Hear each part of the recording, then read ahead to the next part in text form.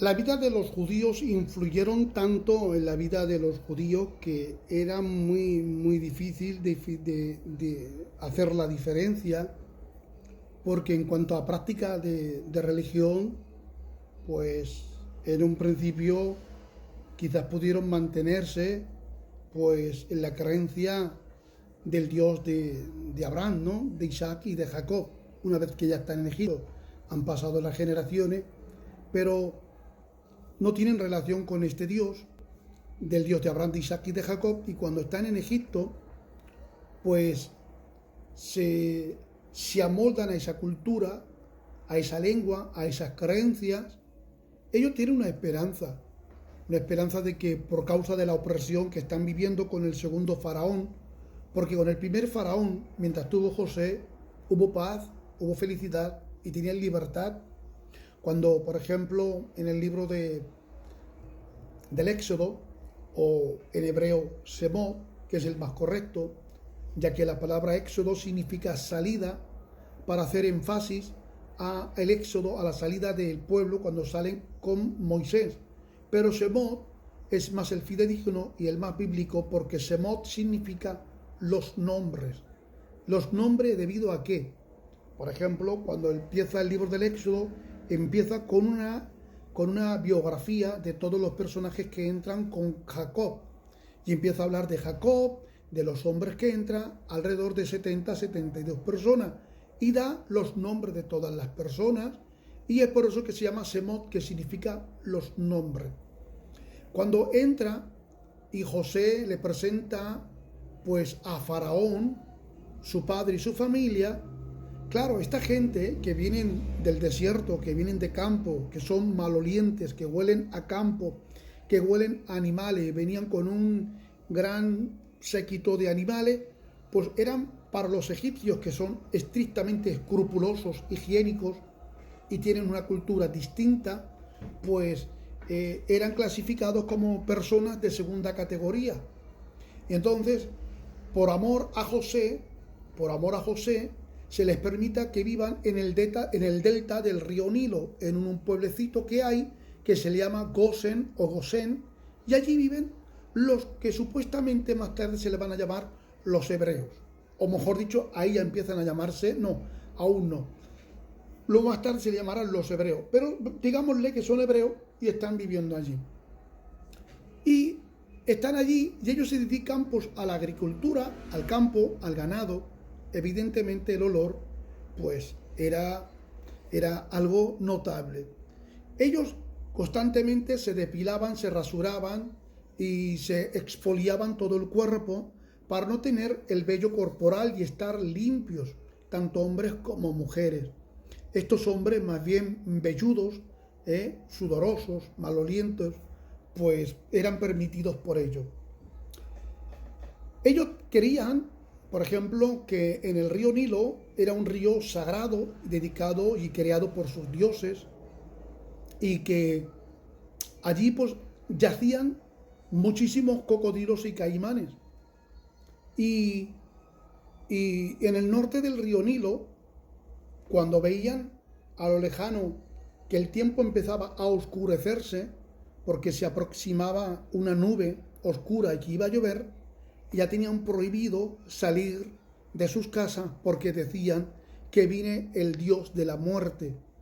Y el pasar a ese lugar es arriesgarte tu vida, es llegar al reino tenebroso, cruel e infernal de ese dios.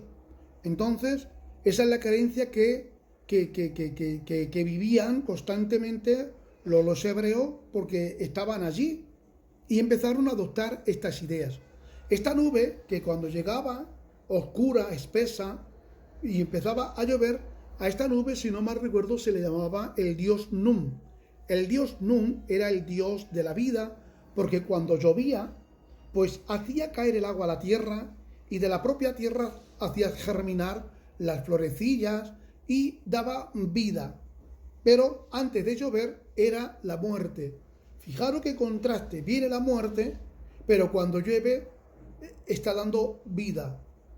¿Os dais cuenta? Por eso es muerte y resurrección, muerte y vida. Constantemente ellos siempre tenían paralelo a esto. De hecho, ellos no podían ni tan siquiera por accidente, podían matar a lo que es una rana o un sapo, porque era sagrado, porque ellos concebían que su Dios, uno de los dioses que había creado, que sustentaba el mundo, era como un dios o como una mujer en cuclillas, como una rana, ¿vale? Y que era el que sostenía el mundo, y la rana, como tenía esta posición, era pues una representación de sus dioses, como por ejemplo el escarabajo, o sobre todo el escarabajo pelotero.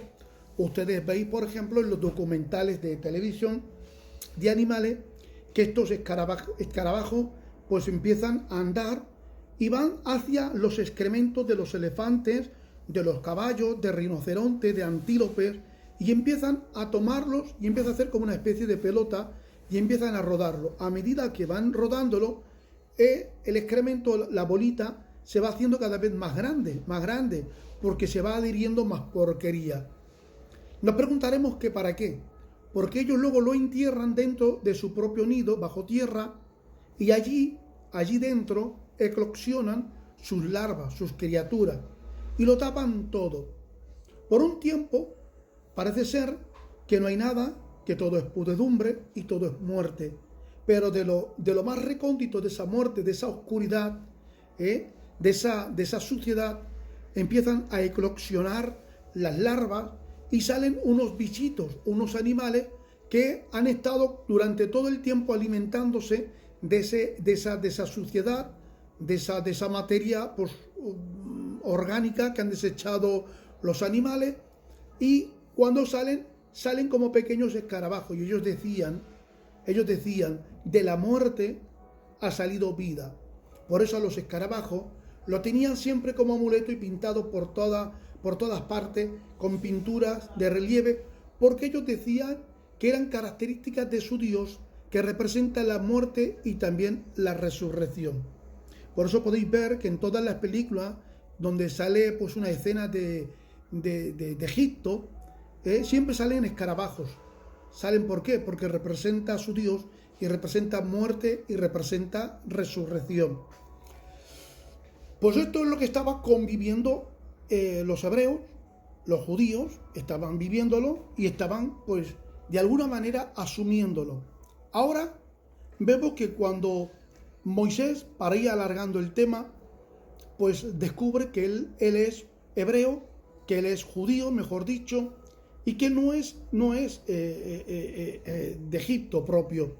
Así que bueno, pues estando, una vez que se marcha de Egipto y llega a Madián y encuentra a Jetro, a las hijas de Jetro, a Séfora, y la defiende ante unos perversos pues pastores porque abusaban de ella, la invitan a su casa y Jetro le da la hospitalidad. Él se enamora de Séfora, tiene 2 hijos con ella, se hace pastor, cambia el oficio, deja de ser príncipe, deja de ser un futuro rey para convertirse en un pastorcillo. Él se marcha con 40 años y pasa otros 40 años en el desierto.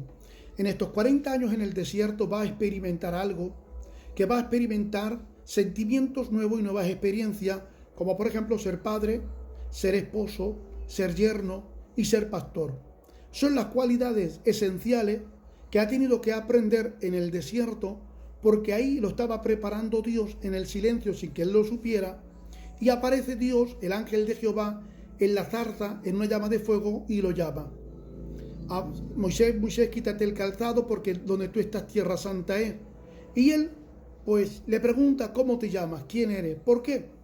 Porque aunque él tiene conocimiento de la tradición oral del Dios de Abraham, de Isaac y de Jacob, no lo conoce personalmente. Él pregunta, ¿cómo te llamas? Porque yo conozco al Dios Ra, conozco al Dios Siri, conozco al Dios Api, es decir, conozco a todos los panteones y a todos los dioses, y cada dios tiene una faceta, una característica, un poder, una función. Si tú me dices cómo eres, cuál es tu nombre, con este nombre yo te puedo definir cuál es tu poder, cuál es tu característica, para presentarme al pueblo y decir que este Dios con este poder, con estas características, es el que se me ha presentado. Y Dios le dice, diles que yo soy el que soy.